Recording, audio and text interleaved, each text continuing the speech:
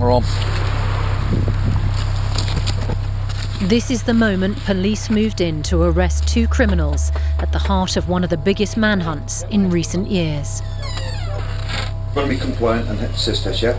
Just put your hands like that for me, alright?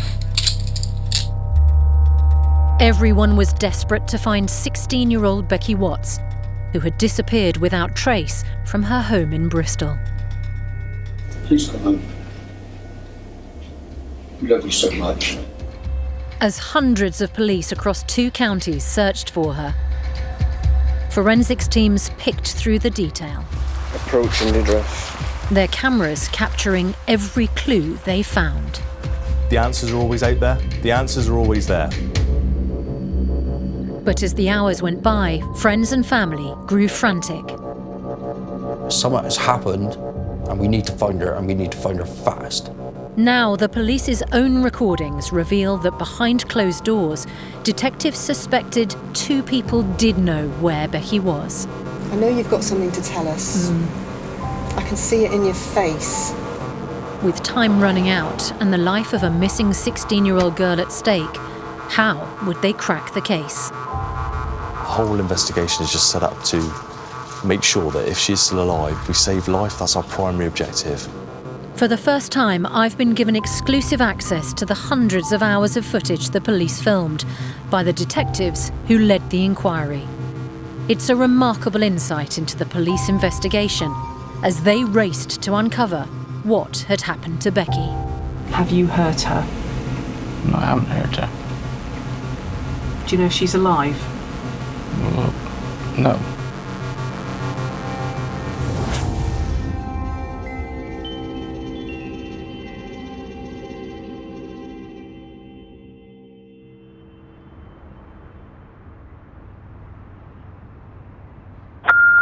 Even Somerset Police, how can I help? It appears my daughter's gone missing. Okay. No one has seen her, no? No. We phoned round the family, all her friends have contacted us and asking where she is, and none of them know. What's her name? Rebecca Watts.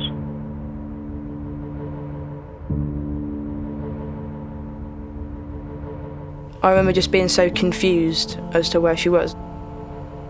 She wasn't the type of person that would go somewhere and not tell people where she was going. She wasn't the kind of person to stay out late either. She'd always go to bed really early.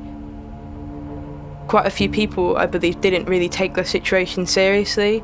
Like, a lot of people were saying, well, she's just a teenager, she's just ran off or something like that. And I'm like, well, you don't know her though. So when you know somebody, you know that they wouldn't do this, you know that there's something wrong.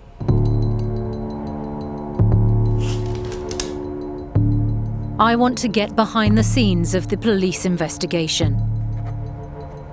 These hours of tapes offer a unique insight into how forensics and crime scene evidence are pieced together, and crucially, how detectives extract the truth in the interrogation room. This interview is being digitally recorded at Patchway Police Station in Bristol. It's a continuation of the interview. With privileged access to the police tapes from this disturbing case, I'm meeting one of the lead detectives in the Becky Watts inquiry. He'll tell me the inside story of the biggest investigation ever tackled by Avon and Somerset Police. In this area, how many teenagers go missing? So on a daily basis, certainly dozens. The vast majority, either found by the police or found by friends and family, or they return of their own volition. What is the trigger point for actually treating this not as a missing persons inquiry, but as someone who might have come to harm?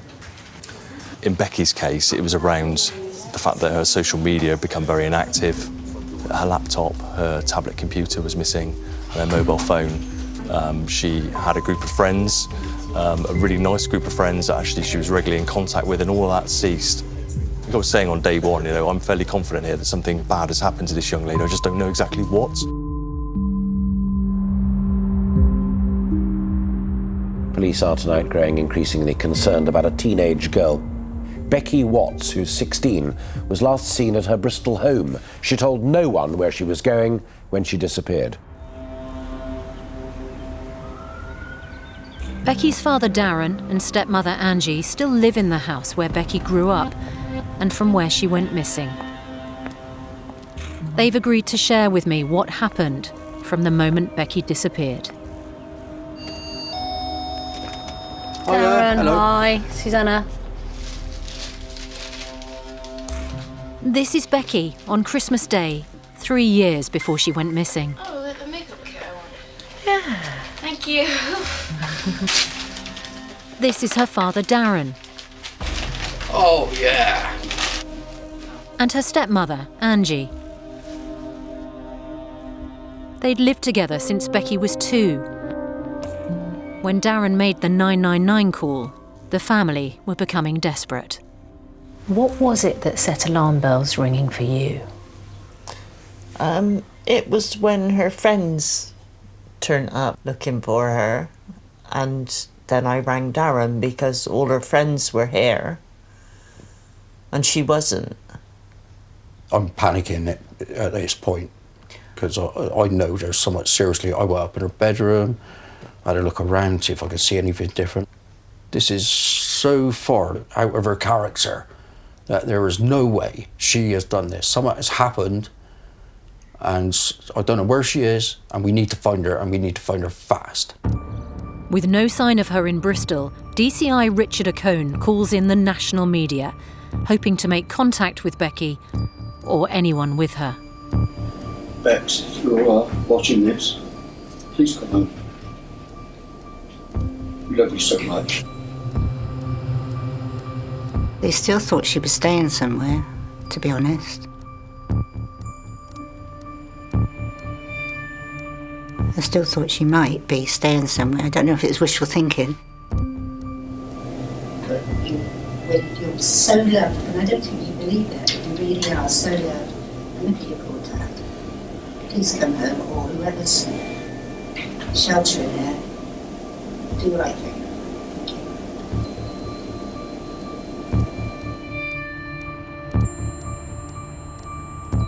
On the Monday, I'd had the media in, done the initial media release, and by that point, on the Tuesday, the media had descended on Bristol. The pressure around that had increased immensely. The family home is really the last place of reference, the last point of reference that we can actually place her at. And clearly we're trying to look at what happened after she left the family home on the 19th of February, so last Thursday morning. I think the fact that it was such a conundrum initially around, okay, well, what's happened here? That I think that's probably what gripped the nation. And of course, at various points, the case then changed. And I think that then held the attention of the media for such a long period of time. Away from the media campaign, the police tapes show the detectives' first move is to question the people closest to Becky. They carefully avoid anyone feeling accused of wrongdoing, so everyone talks freely, helping police find out more about the missing girl. Those interviews really were about background, about what we call victimology. So what did Becky like? What didn't she like? Where did she go? Who were her friends? Who were her associates? What were her phone numbers? Do you know whether she uses WhatsApp? Yeah. She does. So you and her would normally be through text and Facebook Messenger. We were able to look for any things that didn't fit with the norm, so patterns that didn't fit with a normal week, or accounts from what had happened in the critical day that, again, didn't seem right.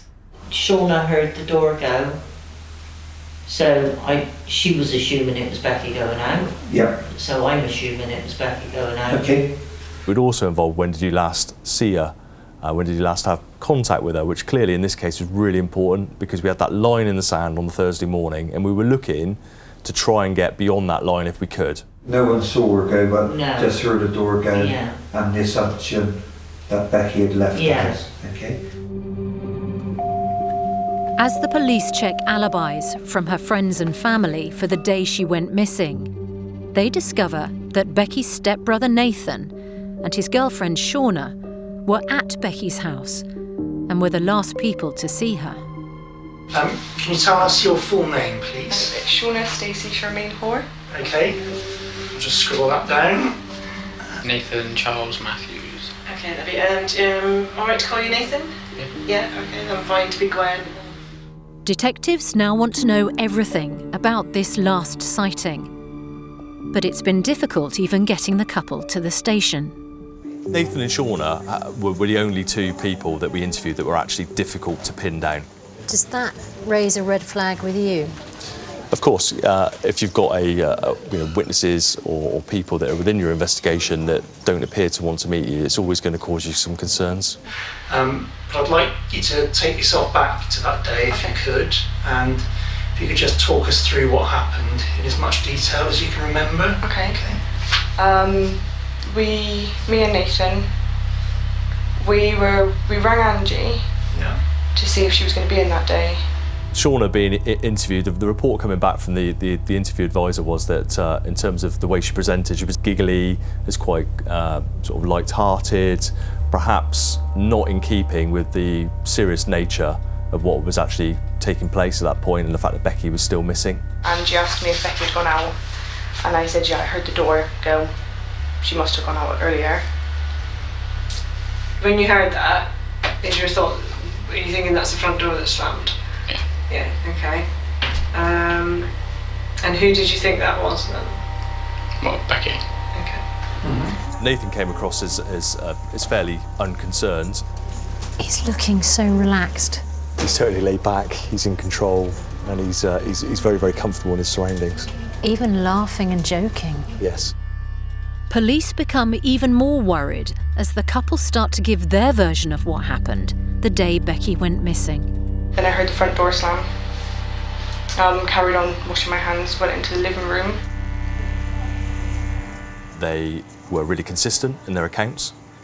However, the detective side of your brain was also saying they fit together really conveniently and really, really neatly. Even the best witnesses will provide accounts which are factually incorrect, and in this case, it's slotted together very, very neatly. And what did that suggest? It indicated to me collusion. They've basically talked to each They've other talked after to each the other, event. they've got their stories straight and actually made sure that it fitted neatly. I mean, I think what we'll do is we'll probably wrap the interview up.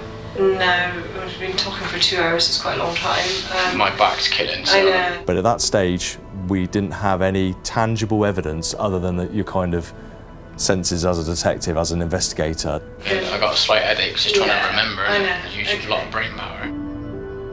The interview team are suspicious, but they need more than gut feeling before they can act.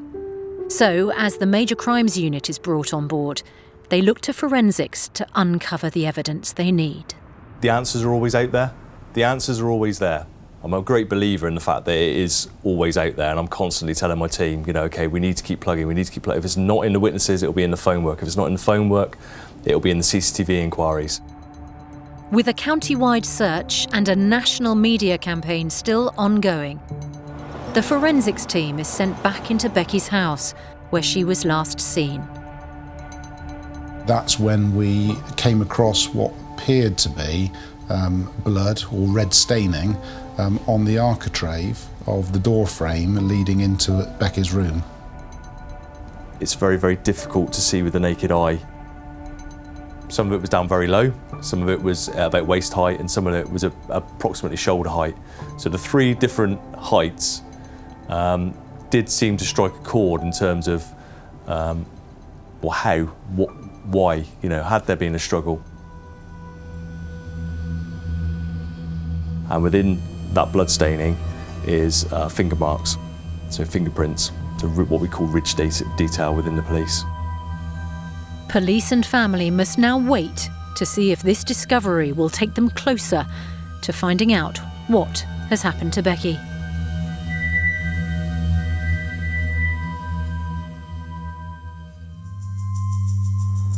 The search for Becky Watts continued today. Family and friends scouring the parkland and woods near her Bristol home, hopeful they will find the 16-year-old safe and well. Becky has now been missing for 9 days. Detectives have no idea where she is, but forensics have had a breakthrough and are analysing a fingerprint and traces of blood found outside her bedroom. Meanwhile, police ask Becky's stepbrother Nathan and his girlfriend Shauna back to the station for more questions. The information that the investigators have within the team that are saying to me they're being evasive, they're the last people potentially to see Becky alive, so they're quite significant, they're significant witnesses. And I think your experience as a detective shows you quite often those people that purport to be the last person to see the individual alive potentially are the suspects. Despite their suspicions, the police have no evidence to link the pair to Becky's disappearance. So they target Shauna to work out if the couple are holding anything back. Machine's recording. Has Nathan had any sort of concerns about speaking to us? Not that he's told me, no. No. If he does, I wouldn't know then. Yeah. How is he finding it?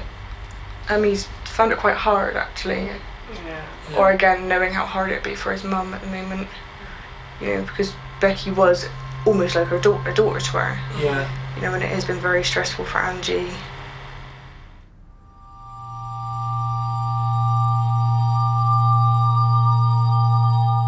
In another interview room, Nathan is giving a different account of the family dynamics.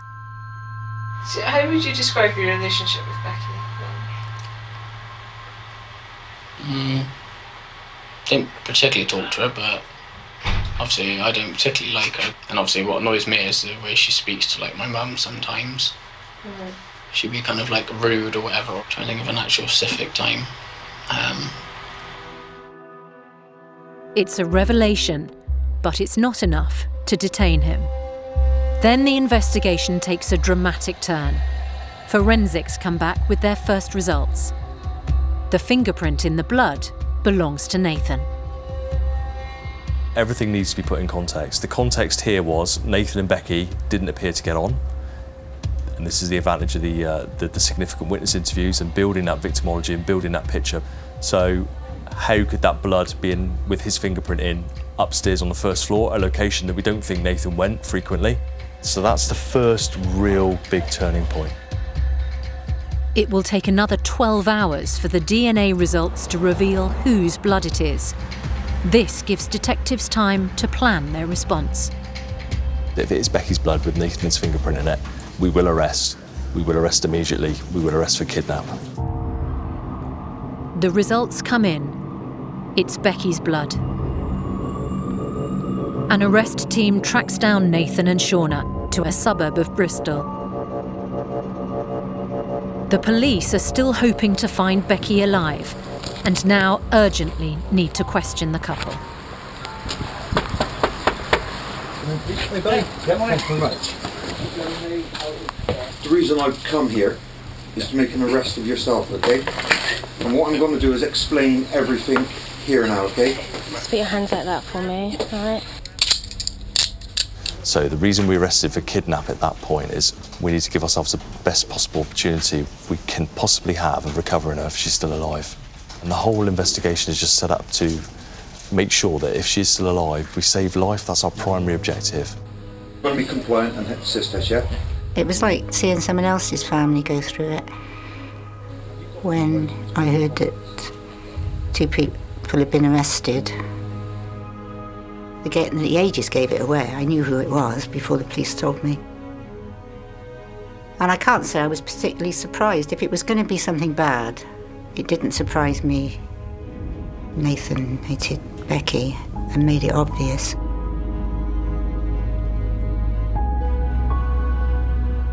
With just 24 hours by law to interview them, the tapes show how police have carefully planned their questioning to keep the suspects talking.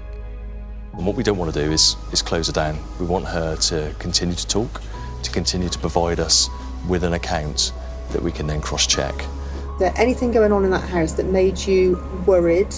No. Or concerned? No, everything seemed normal. Nothing seemed wrong, nothing, you know, it all seemed kind of the same as it would any other day.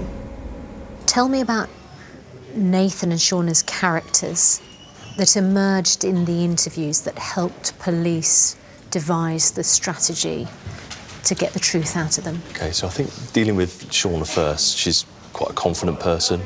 She is quite an articulate person, comes across very well. And I was in the kitchen when I heard the door slam. Kind of carried on. And as I went back in the living room, he just kind of sat on the sofa. I think he was playing on his tablet. When there's significant witnesses, it's more about trying to take the accounts from them, whereas now we can ask more pressing questions around, well, why did you do that? How did you do that? So what were you doing there? Sort of far more incisive. Have you got any concerns or suspicions that Nathan or any other member of your family or extended family might be responsible for her disappearance? No. No. Why are you so sure? Because none of them would do anything like that. What comes across quite quickly is that she is telling a series of lies, and she's telling them very compellingly. And then you're into the situation where she's providing an account and you know she's lying. Is there anything that happened that could be significant in the disappearance of Rebecca?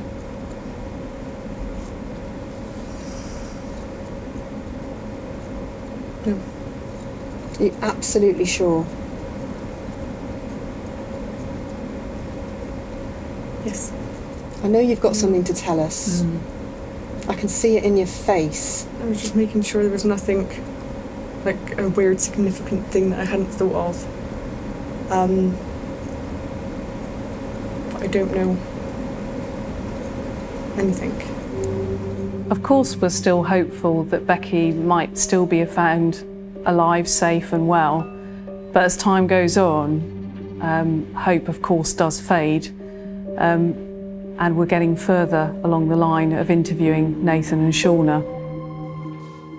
Nathan was a far more complex individual. I don't believe would have responded well to confrontation or conflict within an interview. So again, the strategy that we had was one that allowed him to talk, and he talked quite confidently. He wanted to have control, or feel like he had control over the interview. You were at the address at the time that Rebecca, or Becky, I think most people know Becky, her as, yeah? Becky. Or Bex. Whichever. Yeah, okay. Do you know her as Becky or Bex? Usually call her Bex. After luring Nathan in by giving him a sense of control, the interview team changed tack and challenged him directly. What we're most interested in is finding Becky. Yeah? Yeah. That's what the police want to do. Yeah. So, what can you tonight tell us about Becky's disappearance? As in, like, what do you want to know? We want to Right. find her. Where is she? I don't know where she is. Is she safe? Well, I didn't know where she is, so I'm meant to know. Do you know if she's alive? Well, no. Have you hurt her? No, I haven't hurt her.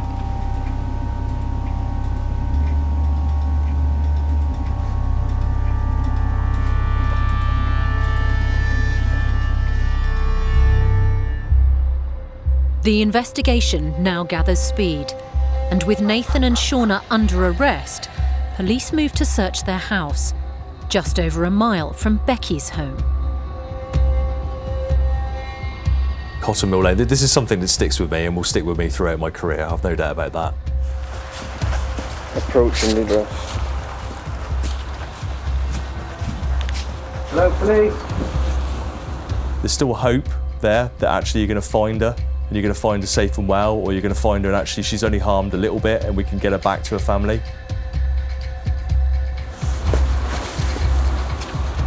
Hello, police. Entering the house, the opening front door alone is very challenging. It doesn't open properly because of the extent of the stuff behind the door. There are 2 fridge freezers behind the door. There's 2 steps of stairs. That's the Clifford hallway. Room to the left, which is a living area. Living room. Each room is jam-packed with material, particularly the lounge, particularly the kitchen, to the point where when the search teams initially go in, they don't realise there's an understairs toilet because they can't see the door in the hall. It leads into the kitchen area. There's no sign of Becky, but as the search goes on, Richard finds a corner of the house that immediately rings alarm bells. So I go upstairs, turn right into the bathroom, then there's a cooker, there's a microwave, you can barely see the sink.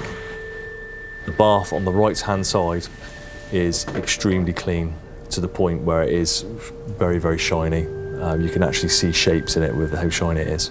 So that is what sticks in your mind immediately. It's out of place in context with the rest of the address. Now, clearly at that point, I had no idea what was subsequently going to follow.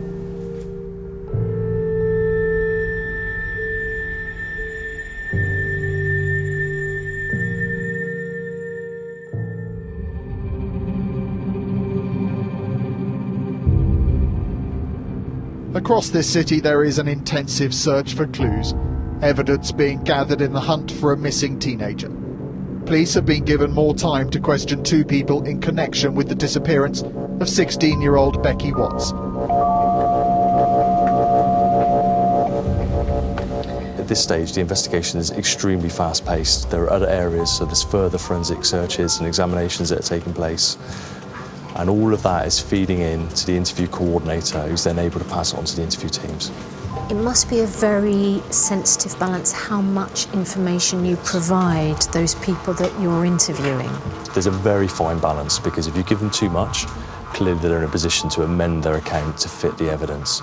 If you give them too little, then they're probably not going to open up and talk to you, or they're going to be advised to offer no comment by a legal representative. So there is a really fine balance to be struck about how much we provide. This interview is being digitally recorded. It's been recorded audibly and visually. And I'm Marie Stephen, Detective Constable 3302. At this stage of the process, we've already thought ahead to what our strategy is for all of the interviews. We had decided as an interview team we would not disclose what the evidence was. Detectives don't tell Nathan they now know it's his fingerprints in Becky's blood. Instead, as their recordings show, they continue to hint at what they've found to increase his unease. Did you go upstairs in the house at that time, before your mum came home on that Thursday? I'd say no. I can't remember. At most, if the door was shut. We have to expect that it will be running through their mind, what have the police found? What do I need to explain away? And without giving that to them on a plate, if you like, it leaves them having to think about it and puts them under more pressure. As the questioning in the interview room intensifies, the painstaking search through Nathan and Shauna's house continues. 2 days in, the team find some receipts, which take the investigation on a startling turn. The search coordinator said, "I've got these receipts," and showed me the photograph. And the receipts were within an old changing unit, which was at the top of the stairs. And those receipts indicated that somebody, on the Friday when Becky was reported missing, somebody had been to B&Q and had bought a circular saw, some gloves, goggles, and a face mask. Now that's a really significant moment for us, because you're trying to figure out, well, what does that mean? And where does that take us? Does it really mean that he has tried to dismember a body? That's a bombshell piece of Huge. evidence. The CCTV chillingly reveals that 24 hours after Becky was last seen alive, her stepbrother Nathan bought protective gloves, goggles, face masks, and a circular saw. The investigation has taken a really sinister, horrific turn, and actually, you believe now you're looking at a murder, most definitely. It was the news the family had been dreading ever since Becky went missing. There is a moment when you are told that Nathan, a young man who you love and trust and care about, who is part of your family, who is your wife's son, is the man they believe has murdered your daughter. And that moment must have made your heart stop. It did. It did. Yeah. It's your whole world just folds in on itself. They told me this is a murder inquiry, And I know I started shouting at that point. Oh, no, no, no, no, no, you're wrong, she's got to be alive.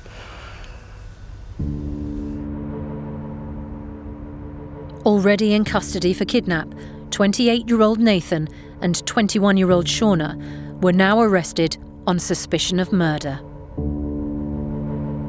The police withheld their discovery of the receipt for the circular saw, but increased the pressure by telling Nathan that his home had been forensically searched. I think it probably felt like he was battling against a rising tide, and actually you could feel the evidence starting to come on top, and actually it was starting to weigh quite heavily. So you're reaching that tipping point where he's thinking, okay, I've now got a few options, which is stop talking altogether, carry on as I'm going, which is deny, deny, deny. Or actually I need to get to the point where I need to make some admissions. And I think the weight of the evidence at that point made the last option the only one that he had. At 10:26 p.m. on day 11 of the investigation, Nathan gave police a statement through his lawyer. Very helpfully, we've been provided with a prepared written statement. And what we would like to do now, Nathan, is for that to be told on the interview recording. Do I have to actually listen to it? Can I put my fingers in my ears? Yep, I'll do that, thank you. I, Nathan Charles Matthews, accept I'm responsible for the death of Rebecca Watts. On the 19th of February 2015, I attended Crown Hill, St George, Bristol, with my girlfriend Shauna Hoare. In my car, I had a large bag, a stun device, handcuffs, tape, and mask. I'd developed an idea to scare Rebecca by kidnapping her. I wanted to scare her and teach her a lesson.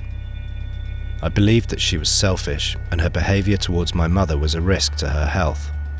A few minutes after arriving, Shauna said she wanted a cigarette and went into the garden. I went to the boot of my car, took out a bag that contained the items, then went upstairs to the landing before knocking on Rebecca's door. She replied, "What?" or "Hello," and I said, "Can I see you a minute?" I cannot be sure which order things happened, but I used the items I had to subdue Rebecca. During the short struggle, my mask slipped and Rebecca was able to see my face. This caused me to panic, and I strangled her while she was partially in the bag.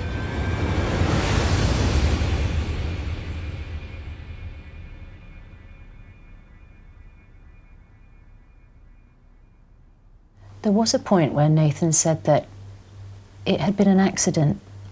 He confessed to killing her, but he said he'd not intended to. Was there part of you that wanted to believe that? I didn't believe that. What did you think? I thought he'd done it and he did it on purpose.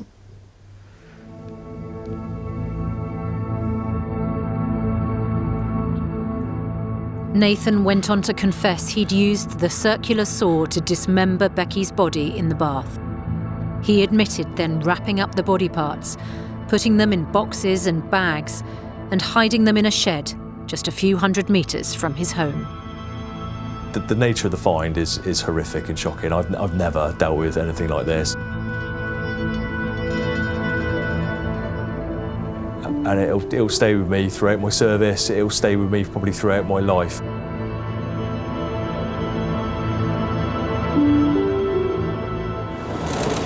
After 12 days of hunting for Becky Watts, a private ambulance leaves the scene of a grim discovery.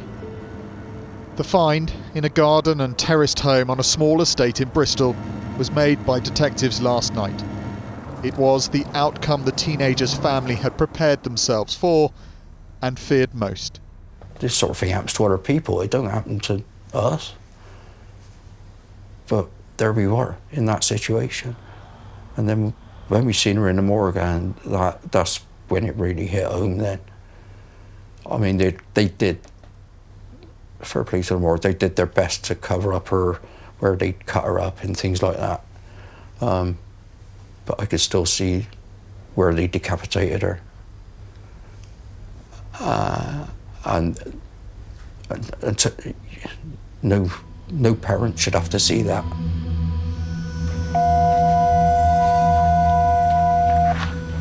Yesterday, Nathan, you very kindly gave us a fairly lengthy prepared statement through your solicitor, and we've had time to read that. A prepared statement is rarely the whole truth, and there may be a number of reasons why he's chosen to give us the account that he has in the way that he has. Now, that could well be, and is likely to be, because he wants to downplay perhaps the violence that he's used or how long it took for Becky to come to her death. But another really obvious factor would be that he has quite clearly excluded Shauna from being involved in anything that happened, or even having knowledge of anything that happened when Becky was killed or when Becky was dismembered and disposed of. We have to be careful not to take that prepared statement on face value.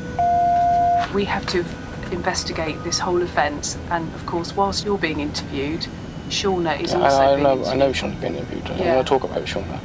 So you don't want to? Okay. He's trying to take the heat away from her. It was almost like there was an agreed path that they were going to walk, that they were going to deny it to a certain point. If the heat came on top, Nathan would accept culpability. He says that he killed Becky whilst he was at the address on the estate. Okay. The focus switched to Shauna and trying to unpick some of her deception, some of her lies, some of her concealment. What's your knowledge of him killing Becky? Found out yesterday morning. You found out yesterday morning? Prior to that, I had no idea that he had any involvement in anything at all. They both stuck to their stories. His was ridiculous, hers was cold and calculating.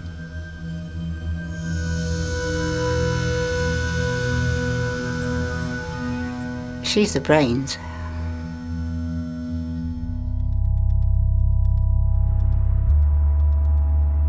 Was Becky stood up, Nathan, whilst you were strangling her? No comment.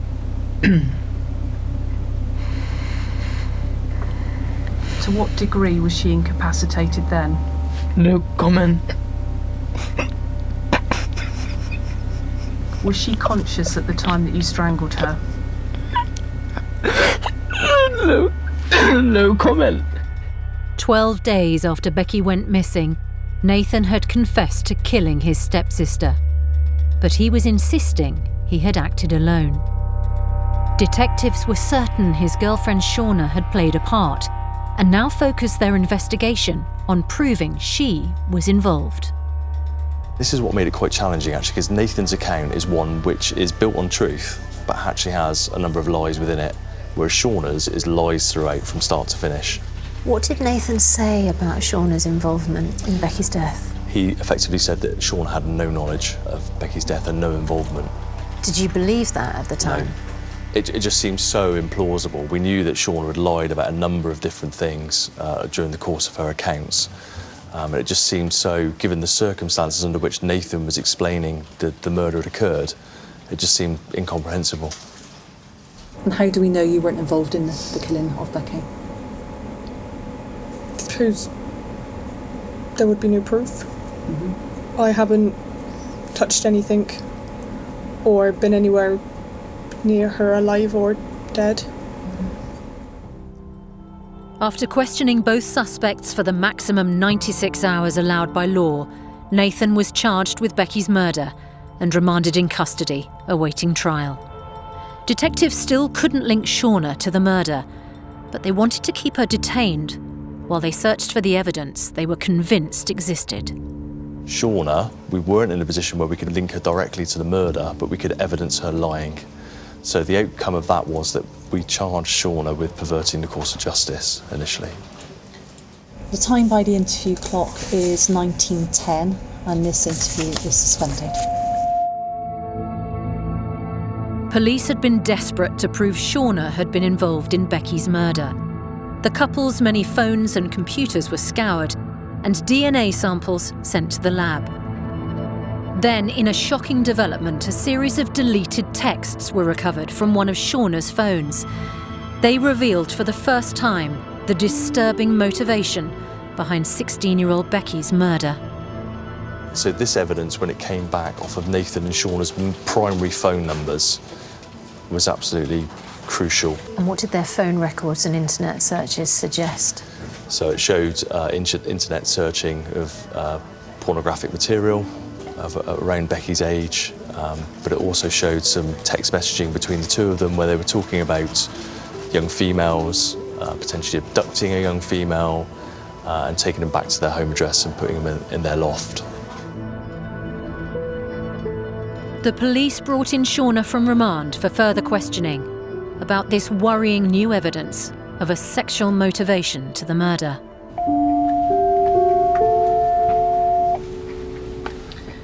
So the first message is 9th of 12th, 2014, timed at 12:48, and it says to Shauna, and it says, "Fuck you, bring me back, two pretty schoolgirls den." D1, I think that says. Tell me about that text message. No comment. I mean, it must have been a huge moment when you realised there were texts between Nathan and Shauna. Yes. Discussing sick fantasies about teenage girls. Yes, it was. And those texts, some of them have been deleted, so actually they weren't easy to come by. Next message is 9th of December 2014 at 18:14. It says from Shauna, "Just went to Cost Cutters and saw a very, in big caps, petite girl. Almost knocked her out to bring her home. LOL." And there's crosses and zeros. Shauna, what can you tell me about that? No comment. Am I right in thinking that this girl was similar to Becca's age? No comment. What did they tell you about Shauna? I think they showed that Shauna's involvement was far tighter, far closer to actually what had happened than she was portraying. Bearing in mind that she was still maintaining a complete lack of knowledge, and it also flew in the face of the account being provided by Nathan, which was that Shauna had no involvement. Forensics then made a horrifying discovery. Shauna's DNA was on a face mask and on a bag containing Becky's remains.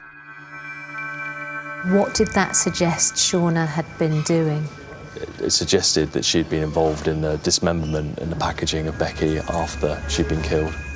And again, a really significant moment, because that's the first time we could tie Shauna in directly to what had gone on after Becky had died. We were able to place Shauna and Nathan on a level footing in terms of the charges, so they were both charged both charged with murder, both charged with averting course of justice, and actually the two sides of it were very, very balanced.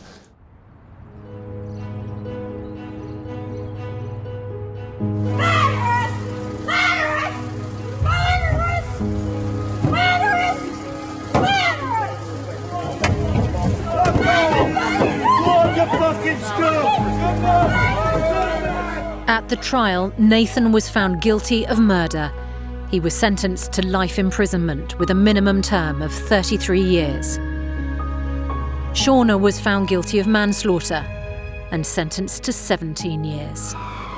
They killed her at home in a sexually motivated attack and attempted to lie their way out of it. Nathan Matthews and Shauna Hoare are now both convicted killers of a young girl who was part of their family. Did it feel like justice to you? As investigators, we always put our cases in the hands of the jury system that we have in this country, and also in the hands of the judge who obviously oversees the trial. And I think in this case, having sat through the evidence, I think they did a fantastic job. I loved Becky. I was proud of her. We had a very close relationship from the day she was born, and there'll never be anyone quite like her.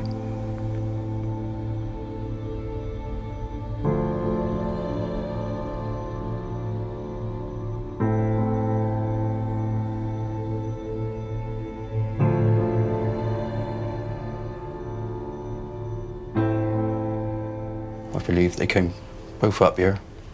They burst down on her with masks on and attacked her. She must have been absolutely bloody terrified. The image I have in my nightmares is in holding her down on the floor and she's doing that over her mouth and nose. That's the image I get. Now, There was no evidence to suggest that's how it happened, but that is the image I get in my nightmares. They did it together. They planned it together. I don't know what they expected to gain from it, because there was nothing in it for them. So it was all pointless.